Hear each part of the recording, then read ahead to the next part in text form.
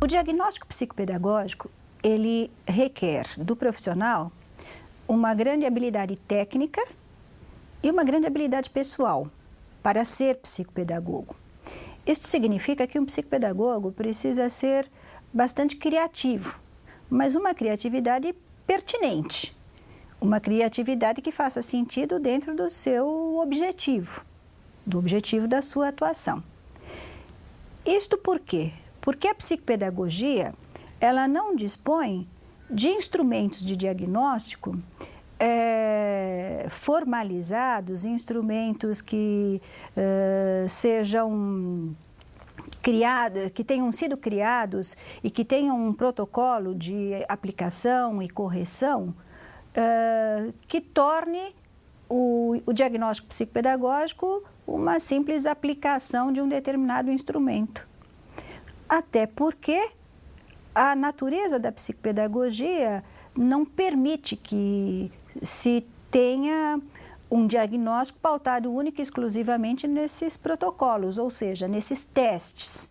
Então, o psicopedagogo, ele se utiliza de diversos instrumentos e diversas situações do cotidiano escolar, da vida do ser humano como um todo, que serve como um laboratório para analisar como que o sujeito se comporta diante do objeto de conhecimento. Bom, colocando isso em termos de objetos concretos, eu diria, para realizar um diagnóstico psicopedagógico, nós utilizamos desde entrevistas, fotografias do sujeito ao longo da sua vida, a realização de desenhos, a aplicação de provas pedagógicas, a elaboração de instrumentos específicos para aquele sujeito em função do tipo de problema que ele vem apresentando. Ou seja, se eu estou atendendo um garoto, e esse garoto está na faixa de 10 anos, e ele apresenta uma dificuldade para se envolver com o conteúdo que está sendo trabalhado na sua série, e eu tenho como objetivo verificar se ele é imaturo, se em função dessa imaturidade ele não consegue se vincular àquilo que está sendo trabalhado na sala de aula, eu posso me orientar por uma série de gravuras que eu apresente para esse garoto, pedindo a ele que escolha as que mais lhe interessam. Dentre essas gravuras, eu apresento cenas que estejam diretamente vinculadas às diversas faixas etárias. Então, ponho lá uma criança brincando com um bonequinho, um menino jogando bola, um menino andando de skate, um menino com a sua turma de amigos, um garoto na relação familiar, enfim, diversas gravuras que representem situações da vida que me indicarão quais são as áreas de interesse desse garoto nesse momento. Quer dizer, o que interessa para esse menino? Ele vai escolher ali dentro de todas aquelas gravuras, algumas que chamem a sua atenção. Então, veja, eu atendi certa vez um garoto que a professora trazia como queixa a indisciplina, a dificuldade desse menino manter-se interessado, envolvido no conteúdo que ela apresentava. E, além disso, uma série de outras questões muito relacionadas à falta de comprometimento do aluno com a sua tarefa e a sua responsabilidade na escola. E aí eu mostro para esse garoto uma série de gravuras, desde situações que envolviam bebês, até situações que envolviam a vida de um adolescente.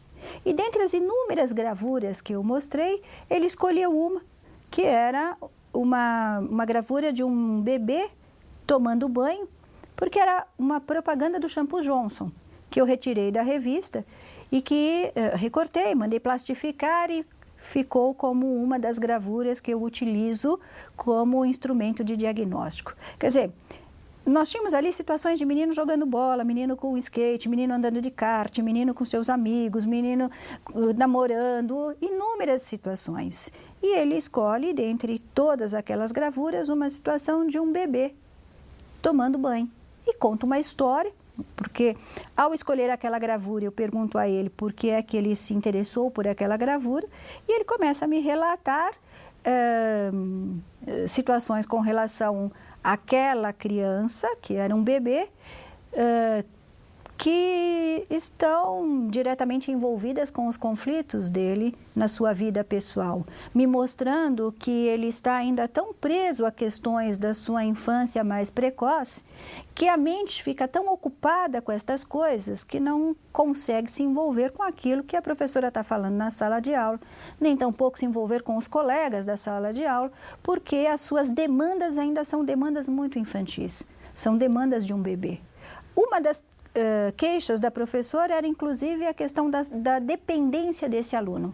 Ele não consegue fazer nada sozinho, tudo que eu peço para ele fazer, ele fica esperando, enquanto eu não vou lá e não faço junto com ele, ele não começa. Sim, porque ele ainda estava um bebê, e um bebê é totalmente dependente. E de fato, ele se encontrava ainda nessa fase de total dependência do outro para a execução de uma tarefa.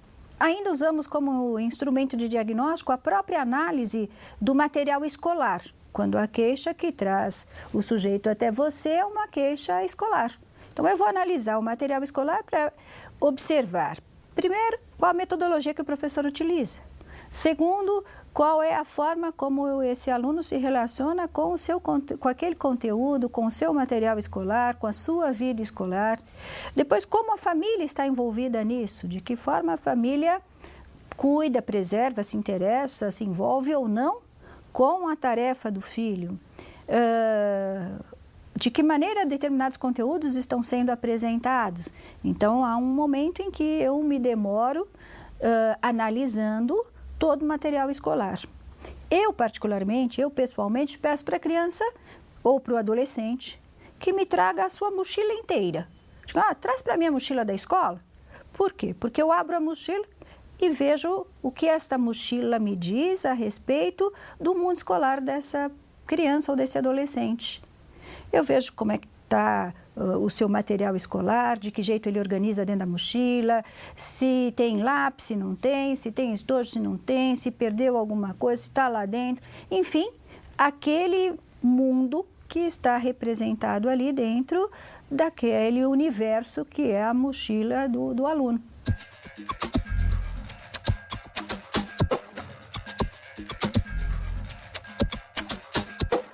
Além disso, eu também utilizo alguns instrumentos que eu fui criando, eu e meus colegas, cada um em função da sua prática cria os seus próprios instrumentos, em função do objetivo que nós temos. Então, se o meu objetivo é entender por que aquele aluno ou por que aquele sujeito apresenta dificuldade de leitura e de escrita, eu vou criar uma série de instrumentos que me permita analisar como aquele sujeito interage com o objeto da leitura e da escrita.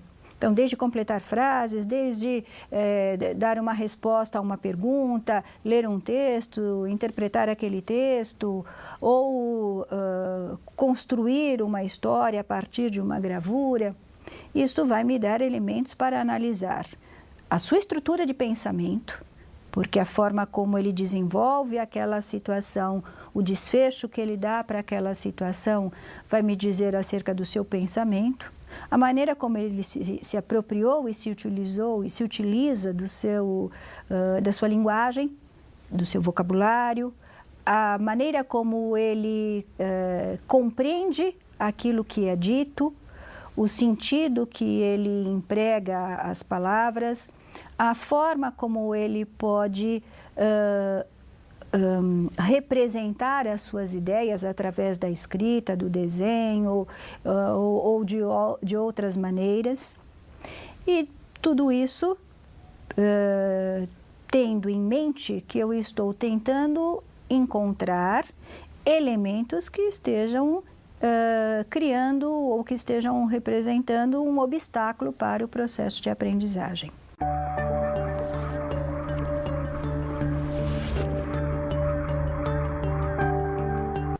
Outro instrumento de diagnóstico essencial no diagnóstico psicopedagógico são os jogos. Os jogos de regra, os jogos simbólicos, os jogos criados com o próprio sujeito. Por quê? Porque os jogos vão me mostrar a possibilidade daquele sujeito interagir com o simbólico que se faz presente naquele jogo, a possibilidade de verificar como esse sujeito planeja e antecipa as suas ações, como ele é capaz de mentalmente prever o que vai acontecer na próxima jogada, o quanto ele entende das variáveis que estão interferindo no resultado daquele jogo, se ele faz as suas jogadas por tentativa e erro ou se aquelas jogadas são fruto de um planejamento, de um raciocínio. E, especialmente, qual é a qualidade de pensamento que ele está apresentando, porque durante aquela interação do sujeito com o jogo e do seu competidor, muitas vezes o psicopedagogo ele joga junto com, ele joga com esse sujeito, ele compete com esse sujeito, e ele pode, desta forma, avaliar como que esse sujeito se comporta nas situações de competição, nas situações em que ele está triunfando, nas situações em que ele está perdendo, se ele trapaceia, se ele planeja de forma inteligente, se ele cansa facilmente e com que qualidade ele planeja e realiza cada jogada.